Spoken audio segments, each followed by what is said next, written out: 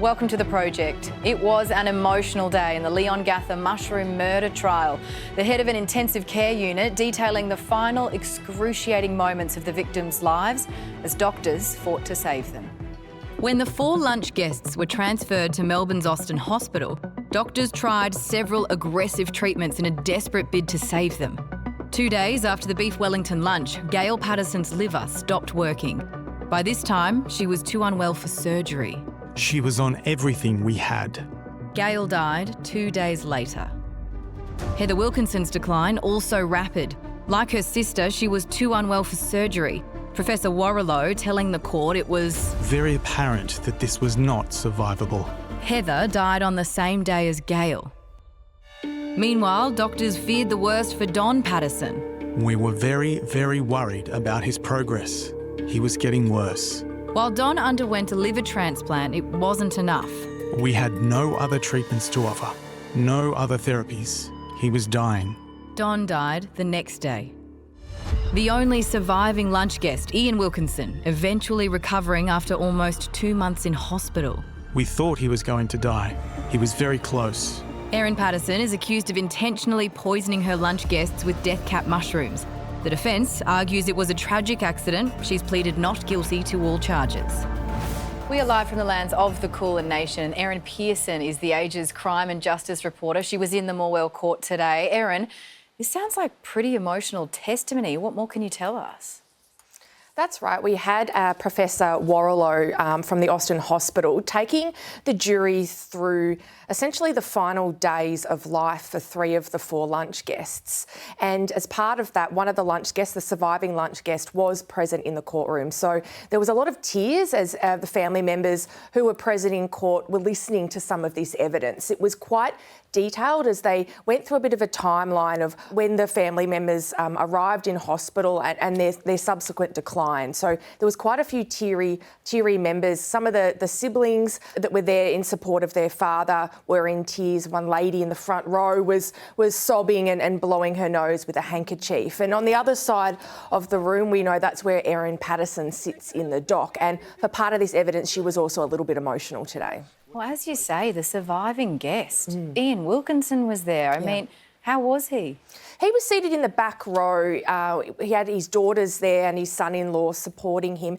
He appeared incredibly stoic, to be honest. He was sitting there with his arms crossed and just listening to the evidence as they were detailing not only his wife and other family members' final days, but also what was going on in terms of his medical care. We know that they were working around the clock and doing whatever they could to try and treat the lunch guests. But in Ian Wilkinson's case, we do know that he ultimately survived.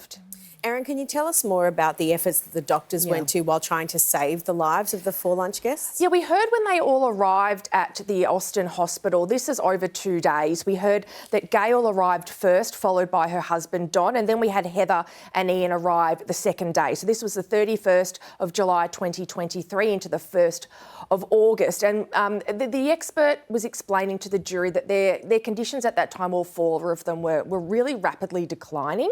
He said it wasn't unusual as well that after some sort of poisoning, such as Amanita mushroom poisoning, that people can start to get a little bit better before they rapidly decline. And that's what happened in this particular case. We know Don Patterson, he underwent a liver transplant the day before he passed away, and there was some significant efforts underway to save the others as well. The professor said they were working tirelessly and around the clock, giving them lots and lots of different treatments, infusions and all sorts of things, even charcoal treatments and alike, to do what they could to save their lives. Hey, Erin, we're coming to the end of the 4th week of this trial. There's at least another 2 weeks, I believe. Just on a personal level, how are you coping with everything? How are you feeling? How's the stamina? They're long days, very long days, but they're incredibly important days. These high-profile cases, you can't drop the ball. You've got to be across all the detail and you've got to really connect with what's going on, eyes and ears open at all times. So important, but very, very exhausted, very exhausted. Erin, thanks again for your time. Thanks, guys. Well, in other news, the torrential rain that sparked a flood emergency across huge parts of New South Wales is now wreaking havoc across Greater Sydney. It's caused significant issues on the roads and the rail network. The airport train line was closed because of flash flooding. Flights were also cancelled. And with water levels rising, residents in low-lying areas in the city's southwest are preparing to evacuate.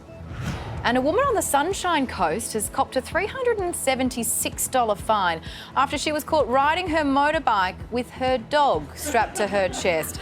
Police body cam shows the moment she was pulled over, her super cute pooch seemed totally relaxed though. The woman also seemed surprised to learn that that practice is against the law. You know you can't do that. Yeah, so you can't ride with a dog on the bike. She bought the harness for the dog on Temu. Oh, so not the dog. Imagine if she's like, no, I got this on Temu. Yeah, I've actually... It's meant to be a cat on a Segway, so I don't know what I got here. No, we can't joke about this. It's completely irresponsible. The dog was not wearing a helmet. Also, how great if she was to cut you off in traffic. You would turn around and go, bloody, and then you'd see the dog and go, oh, that's all right. Or you'd see the dog and go, what? That makes absolute sense. So I think it's a great idea, and you'll be pleased to know if you're a fan of Sons of Anarchy, you're going to love the new Aussie spin-off I pitched to Channel 10 and Paramount Plus. Yes. It's DOA, or Dogs of Anarchy. Oh,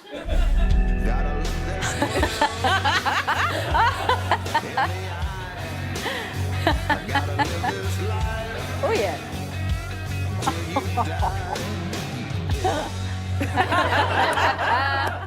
In the pilot episode, there's this really gripping story about the underground Schmackos train. Oh, yeah. And be warned, there is a sex scene, but it's just humping the couch, so it's fine. It's fine. It's Absolutely fine. fine. That little poodle, he's got some Charlie Hunnam about him. I can see it. He does. Yeah, I can see He it. also Great loves idea. having his tummy rubbed. Poignant, powerful moments captured in time. Here's a look at some of the week's best news photos from Australia and around the world. The world in pictures. In France, more than 3,000 people blued themselves to set a world record of Smurfs in the one location. These guys had too many beers and went on to punch Gargamel. And want to feel old? This is the Blue Wiggle. At his inauguration, Pope Leo revealed he's already dropped a subwoofer into the Pope-mobile. Some cardinals were so excited they activated flight mode. And this cardinal is also a dentist, so we can't show you his face on television. In a sad development at the Boris Hancegovic Memorial Sports Meet in Croatia, it appeared no one could dislodge the shot puts from their necks. Oh, it's a shame, they trained so hard. After Tottenham Hotspur won the Europa soccer final, Pedro Porro made good on his promise to eat his shirt, and Aussie coach Ange Postecoglou, pictured here on the toilet, said he was thrilled, and also asked us to please let him finish in peace. And finally, this is Donald Trump exiting his helicopter backwards, on his way to a barely legal private dinner with people who've invested in his barely legal crypto scheme. Here he is squashing a mosquito, and here he is showing us his imaginary friend, Warren. Jeez, Warren, put some pants on. The world in pictures. What a world. What a world it is. Time for a break. We'll see you on the other side. This is Warren.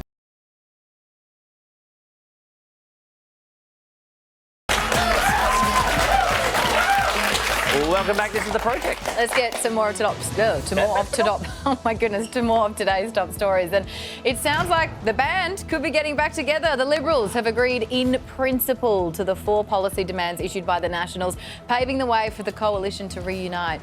Those policies include lifting the ban on nuclear energy and forced supermarket breakups. It'll now be up to Liberal leader Susan Lee and her Nationals counterpart David Littleproud to get the deal done by the time the Parliament sits on July 22nd. This is the thing, these are the policies that the coalition took to the last election. Have more on that later in the show. And a recount is expected in the battle for the Sydney seat of Bradfield. Liberal Giselle Kaptarian is only 6 votes ahead of Teal Independent Nicolette Buller.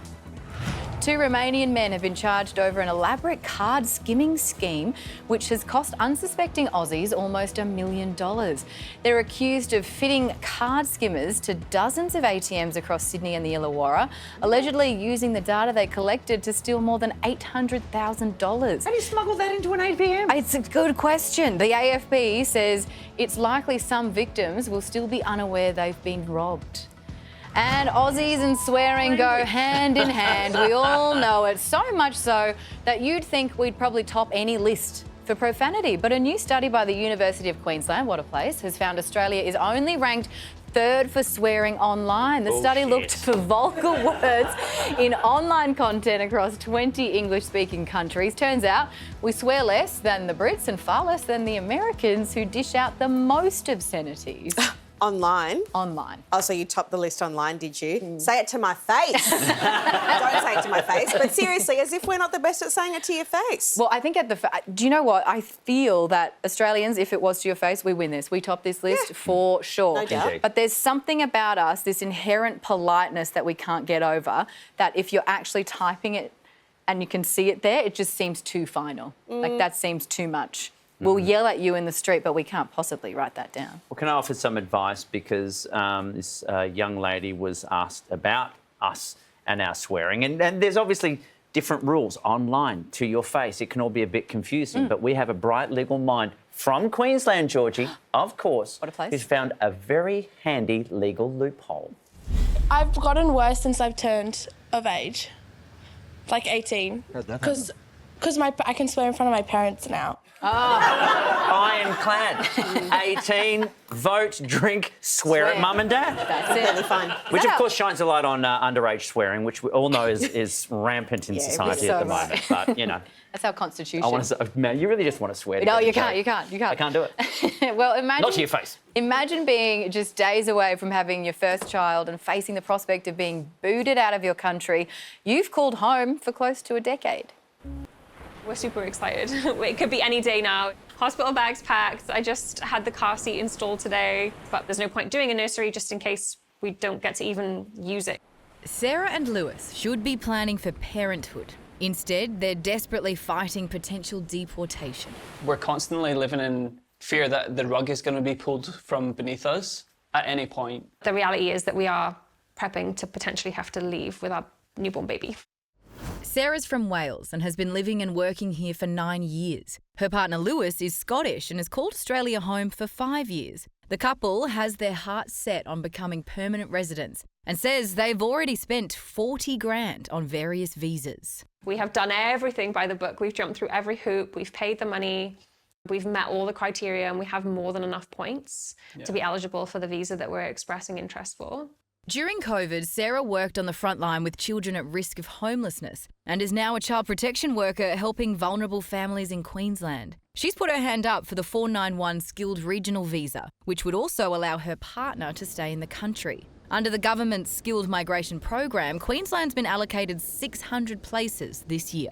I have a skill that's highly sought after. It's almost like it's luck of the draw, essentially. We're sat in a pool full of other applicants that are also hoping to be picked. Frustratingly for us, there can be people in that pool that get selected that have never even lived in Australia, never paid a tax in their life, or that have lived here for 3 months and don't have their whole lives here like we do.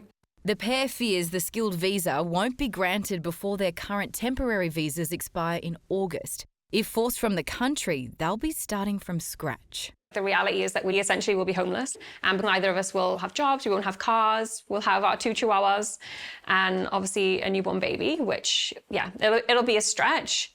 With time running out, they're pleading with authorities to urgently review their application. Sarah started an online petition which has been signed by more than 14,000 people, keen to keep the couple here. The whole idea is that we get in front of Minister Tony Burke. He's the one with the magic wand, we believe, that can hopefully consider the impact that we've had on Australian people and the economy, consider our individual circumstances too, especially now as we're about to become parents. We're not asking for a free ride. We know that we're eligible, so we just wish to be considered as individuals. We've always had a dream of living here, and we're just desperate to make that happen. I have this vision in my mind of us being on the beach all year round with our child and then being a little outdoor water baby. I want that for them so much. Wow, it seems like one of those stories where you just scratch your head and go, Yeah, absolutely. How can that be happening? The Department of Home Affairs says the skilled migration program is designed to help fill positions where no Australian workers are available. It's open to states and territories to nominate visa applicants. You can find their full statement on our website. You're watching The Project. We'll be back with more after this.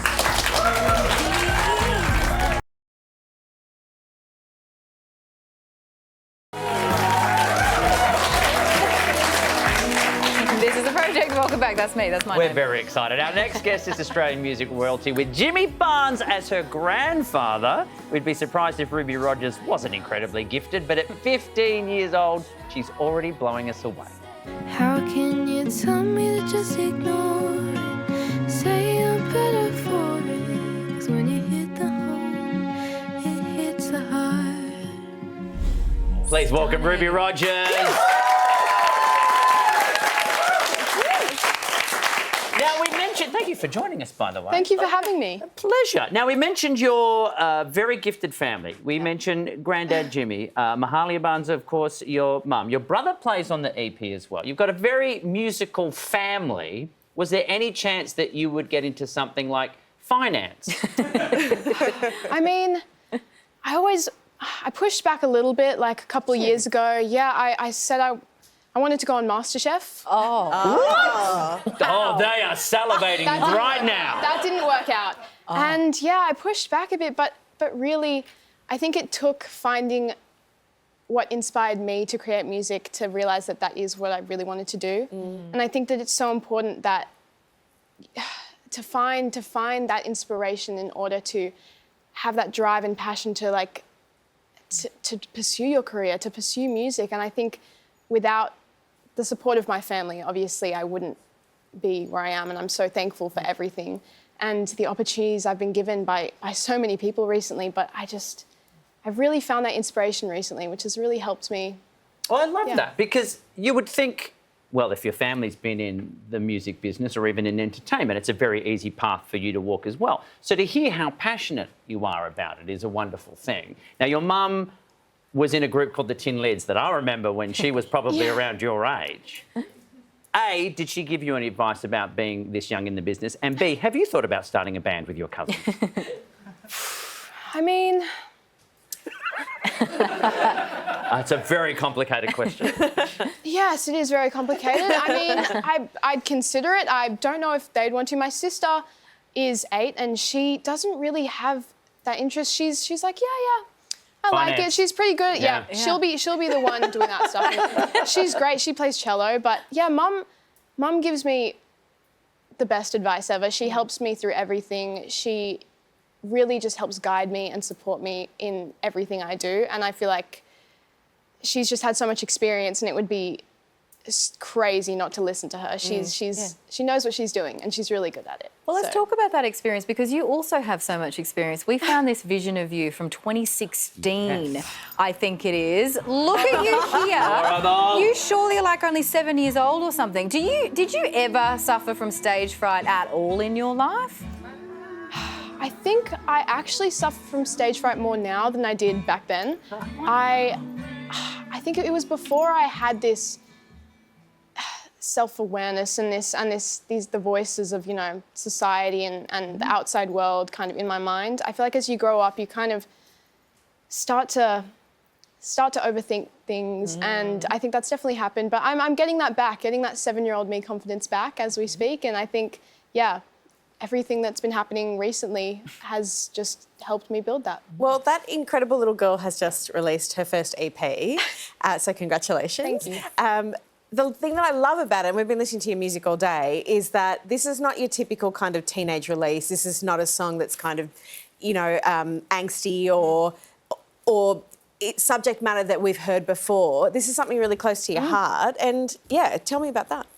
Yeah, I mean, may not be your typical teenage angst, but it's something very important and personal to me. And it's just really, it's inspired by experience and the people around me during these experiences. And there was, I was on a trip. It's about saving the planet. Saving the planet, and like advocacy and youth voice in these big global issues that are so pressing on our world and our society. And I think it's so important that we all find our own voice, and I was able to do that through music and speak on these issues through art. And I think it's really helped me also find who I am more than anything. Well, look, speaking to you, I think I found my 7-year-old confidence again, so thank you very much. I'm glad. Ruby's debut EP, Crisis, is out now. Thank the delightful Ruby Rodgers. Thanks for coming on. Very good. All right, let's head back to one of our top stories now and the devastating floods that continue to rage across New South Wales.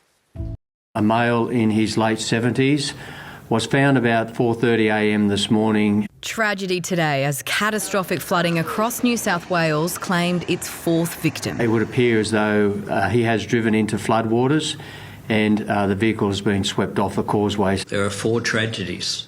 That's 4 families who are affected, 4 communities who are affected. Over the coming days and weeks, we will hear scores of stories of locals being plucked out of impossible, desperate situations. Devastated locals still coming to terms with the scale of their loss. Everything's gone. I've lost absolutely everything. Devastating, really. So we've just got to get rid of everything and go from there. We lost everything, all of our beds, everything. All of our fridge, all of our... what I'm saying, it's nothing left. Being down there by yourself at night, you can hear everyone's cattle calling out and just hope they're doing fine as well. So it's been a long stretch the last 48 hours. 60 to 100 millimetres of rain lashing Sydney's metro area this morning. Regional North Richmond hit with almost 180 millimetres. Watch and act emergency warnings stretching from Armidale to Port Macquarie, Taree, Newcastle and even Sydney. Up to 120 millimetres of rain set to smash the 300 kilometres of coastline between Nowra and Eden tonight. Water levels in New South Wales at their highest for 100 years, with almost 50,000 Aussies left isolated. I'm standing now in about 2 inches of water, and that's after, sweeping a lot of the water out, but it just keeps rising. Shattered residents across the state now faced with the agonising process of cleaning up. No insurance, no nothing. And I bet you I don't get a cent out of the government.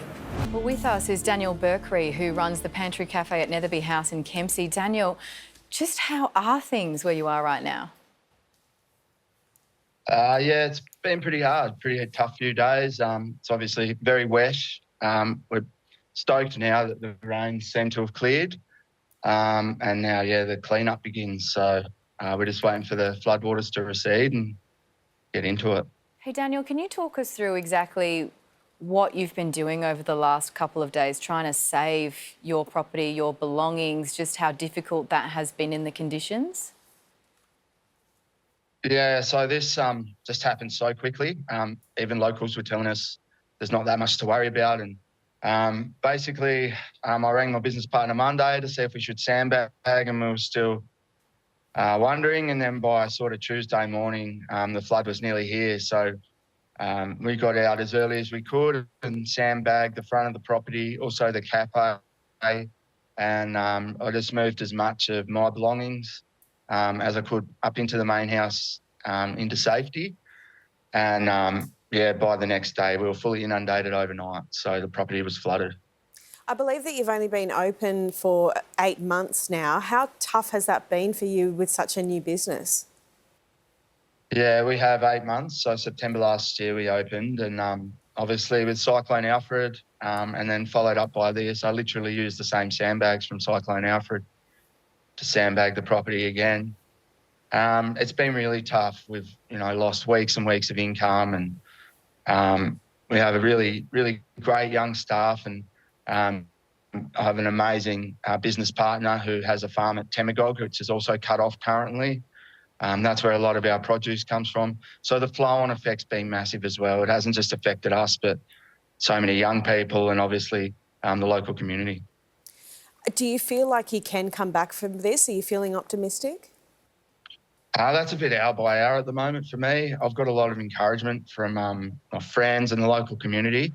Yes, I'm definitely going to give it my best crack. I love the Mid-North Coast. I love Kempsey and the community here and the way they've rallied around us.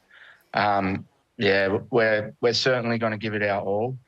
And so what's the support been like from the SES? Are you completely locked out? Have they been able to access, and what have they been able to provide, if anything?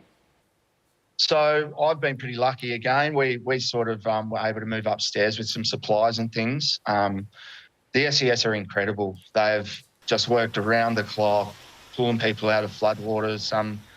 They've been working with animals and just taking boats where they definitely shouldn't be going to save people's lives. And They haven't stopped. They're still going back and forth now. Yeah, incredible organisation. We're so grateful that every time something like this happens, they're here to help. Well, Daniel, we wish you all the best with the recovery and the cleanup. We'll keep checking in. Stay safe, and thank you for joining us. No worries, guys. Thanks heaps for the time, and I hope everyone out there is safe and, can come back from this. Yes, absolutely. Now, the cost of vet care has increased faster than inflation over the past 5 years, which you might find stunning, and with huge vet bills now putting the family pet out of reach for many Aussie families. She is like my daughter. She's a part of my family, Socks. My heart was broken when I found out I was going to lose her. When Karen's pet Pomeranian 2-year-old Socks needed emergency medical care during labour last year, without pet insurance, Karen was faced with a $3,600 vet bill she simply couldn't afford. Socks was fighting for life. I was crying. My tears were dripping all over her fur. And at the same time, I've got to think, how am I going to rake up the money? Pet ownership boomed during the pandemic, with more than 2/3 of Aussie homes now having pets. And for the roughly 29 million pet population, the cost of vet care is skyrocketing. We couldn't afford it. We didn't know what to do. Since 2020, vet costs have jumped 34%, outpacing inflation. The average cost of healthcare over a pet's lifetime now around $30,000. PetSure's biggest claim last year, more than $80,000 for a Great Dane treated for pneumonia. No one can cover that cost because living is already expensive. It's unfair on everyone, pet owners, the vets, because we get frustrated at the vets and we don't mean to. But we want to save our animals. The vet industry today hitting back. There's a public misconception that vets are taking those big vet bills and putting it in their pocket. But the truth of the matter is the average veterinary salary is about $70,000 to $90,000 a year. So we're not talking about big salaries here. Behind the big bills, they say, rising operational costs, workforce shortages combined with increasing demand, advances in medical treatments, and changes in pet owners' expectations. We're treating our pets like family members and we want to do everything that we possibly can, you know, blood tests, x-rays, ultrasounds, just like we would with our children. With premiums as high as $4,500 per year, just 17% of dog owners and 12% of cat owners have insurance, down from 30% and 21% in 2019. Charity Pet Medical Crisis stepped in and covered Karen's vet bills. Socks was one of the lucky ones. We wouldn't have coped at all without them doing what they done for us. She would have died. I love that dog with all my heart and soul. She's given me so much joy, so much love. I just could kiss and cuddle her all day and night. Who doesn't love a fur baby? The aptly named Dr. Diana Barker runs a small vet practice and is Vice President of the Australian Veterinary Association. Diana, is the cost of pet care making pets unaffordable? Look, I think with any animal, any family member, we need to decide how much we are going to look after them financially. I know that, as your article just mentioned, the veterinary costs are increasing. We've had a workforce shortage, which has seen a massive increase in wages. And we're not immune to, like any other small business, the rising costs of doing business. I would say the vast majority of veterinary clinics around the nation are small businesses. They're family-owned businesses, and they're certainly not there trying to make a huge profit off veterinary care. Doc, why do you think the cost of pet care has risen so much? Well, like I said, I think certainly we're in a workforce shortage. COVID saw a massive increase in pets. I think you said 2/3 of household. Our numbers indicate more likely sort of close to 7 out of 10 households have pets. This caused a massive stress on our profession, we have also had huge advances in medical, the care that we're able to provide. So like human health, we can do a whole lot more for your pet in terms of workups, diagnosis and medical care. Do you think there is a danger, though, that with those advancements we're seeing maybe potentially the over-treatment of some pets within the industry? Should we be treating pets or like they are humans? Look, I think it's really individual, and I think every family should be having that conversation amongst themselves around what does that care for their pet look like. Veterinarians will always give you options, so there will be always options for the highest standard of care versus something that may be more affordable. And we've got to remember that there is no universal pet care available for us in Australia. However, we treat our animals like they're our family. I've got a dog and 2 cats, and I would do anything for them. I have a dog too, dog! So here's a question for you. Is pet insurance worth the cost? Again, I think that's got to be a financial decision for you. You've got to be prepared that if something happens to your pet and you end up in emergency on Christmas Eve and you're looking, at possibly spending $10,000 to save your pet's life, I think you need to be prepared and have that discussion with your family about what that looks like. What is the call that you are going to be making at that time? Do you have the money? Where will that come from? If the answer is you want to make that decision and you want to provide that level of care, then pet insurance, but you can't afford it there and then pet insurance may well be a good solution for you. They are such important family members. Dr. Diana Barker, thank you very much for joining us. Thanks for talking us through this. Thank you. Oh my gosh. Now, speaking of doing something a little wild, I want to mention that Free the Bears, an association I'm a proud patron of, they're celebrating 30 years. They have an annual fundraiser called Night in a Cage. They help bears in Southeast Asia be rescued from the illegal wildlife trade, like this little fella right here. And to raise funds and awareness, we spend a night in a cage. Last year, you did this last year. I did. I slept in my dog's travel cage. Yeah. I did not get myself insured. Cost me a fortune. But this year, to celebrate 30 years, I'm going to be upscaling. I'm going to be doing it in an actual zoo's cage, an enclosure that I've been given permission to sleep in. It's going to be very cold and uncomfortable. With a bear? With many bears. No. Teddy bear counts, right? Yeah. But you can donate. So please head to Night in a Cage 2025, search for Rove. Please donate or find it on my social media. We will be doing a live cross to me next week. In a cage? And then, where I will be in a cage. Oh. Will the bears be alive or will they be little cuddly bears? Who can say? I have a Probably question the without latter. notice. Hit me. What is it about the bears that has struck a chord with you so much? Why do you love them? I think Because they're you're misunderstood. genuinely so yes, passionate. when they get big, yes, they can be quite protective of their environment. Oh, look at that. But they're also, at heart, they're actually really caring animals. These two are playing. I know it looks like they're having an aggressive fight, but this is a place where some of these animals, when they arrive, have never felt grass under their feet in their entire lifetime. So for me to have one night being uncomfortable is a small price to pay. So please donate for me doing something quite ridiculous next week. It's a wonderful cause, though. Thank you. Very nicely They done. do great work. All right, we're taking a break. We'll be right back.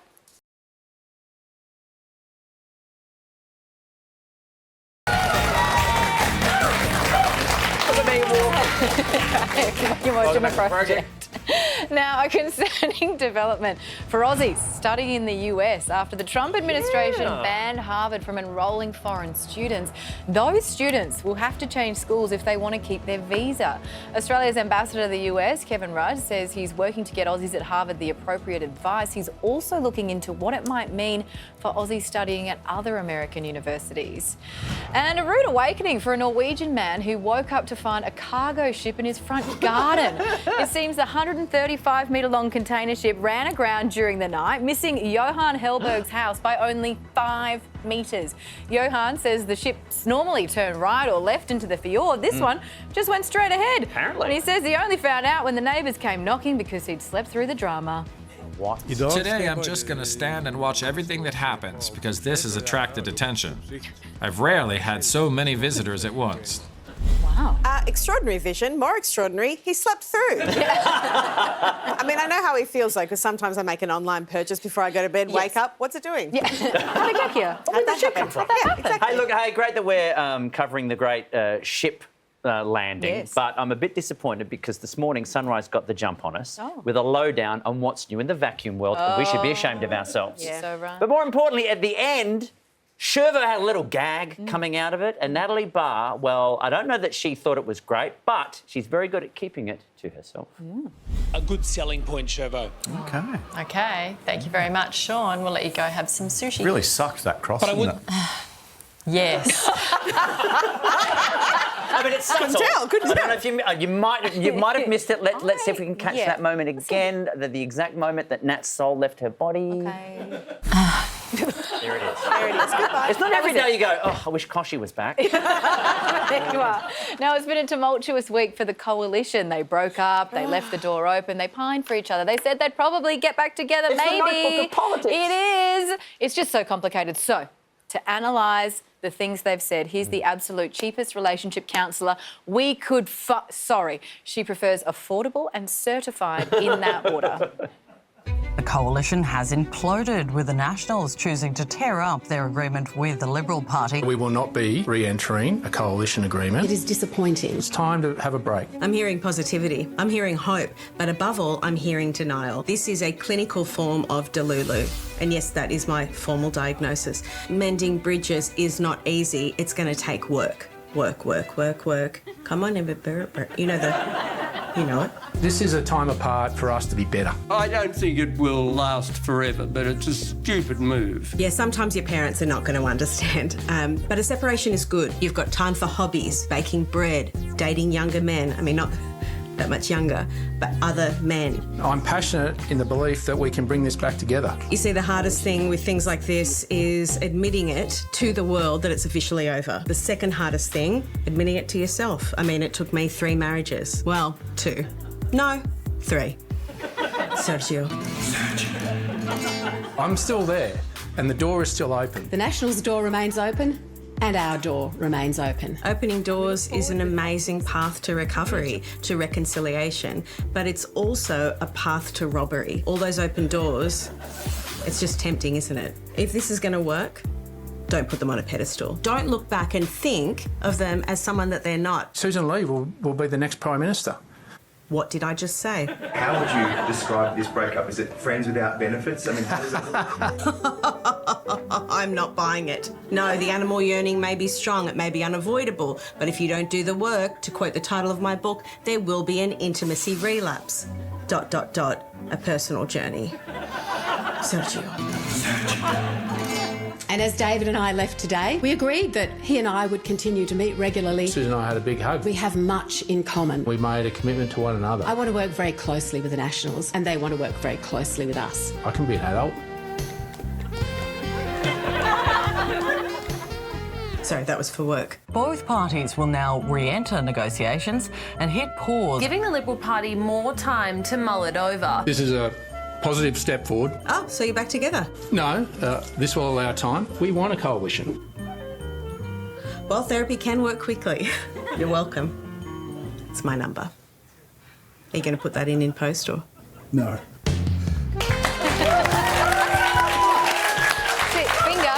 Finger on every pulse. That counts is a lot. good. She is. I don't know if she is. We'll be right back with Kate Ceberano after the break.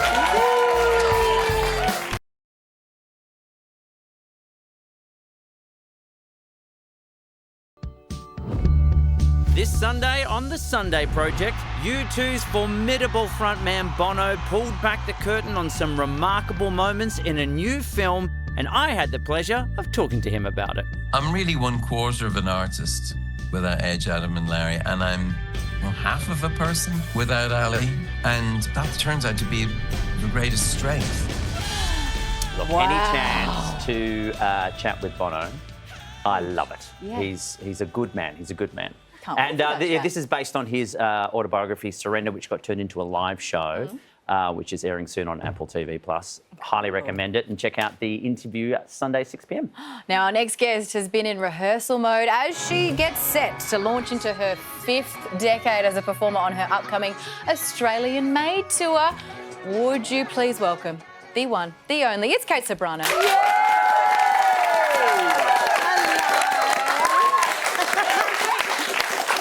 Thanks, guys. Tickets to the Australian Made Tour, they're already selling out, so you definitely don't need to be here, so we love that you are. So we I'm very, appreciate very grateful that. to be here. And you're an amazing necklace. In fact, everything I'm going to be wearing from now on is all Australian made.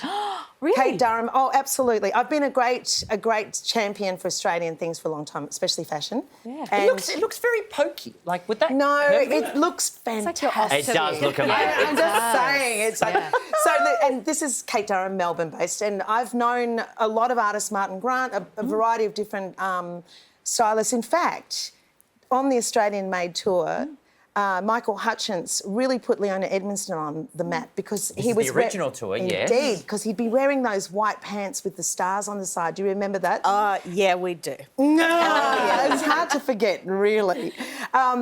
And I think that there's... well, anyway, I've gone and jumped ahead, haven't I? No, You were going to no. ask me...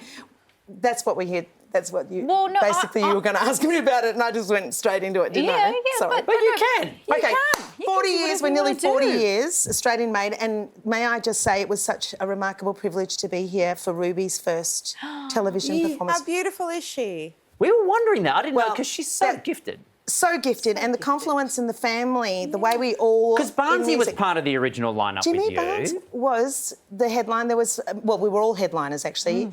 Michael Hutchence, the Divinals, the Models, I'm Talking, which was the band I was in. That's the original The poster, Triffids, right? there you are. There you go. Mentals, anything. And then tonight, because Mahalia is doing Mary in Jesus Christ Superstar, and of course that's the role that... To be able to have been here and to been like an Auntie Kate, you know, whilst she was doing her first television was completely and utterly divine. But also, you're still here too. Yeah. Well, that's true. Yes. You stay and you slay. Does this have anything to do with it? Because you've mentioned Michael Hutchence and you posted in Smash Hits magazine. There's a little callback for the people of a certain age. He wrote this. So this is a little, question and answer for him. Under Best Female Singer, he wrote Michael Hutchence, Katie Ceberano. There's very few people I allow to call me Katie. My brother is one of them, Paul Ceberano, right? And Michael Hutchence, of course. I don't let him call me anything, to be perfectly honest. There was this incredible story, and what I'm going to go out on tour with is a representation of all the music that made me who I am today.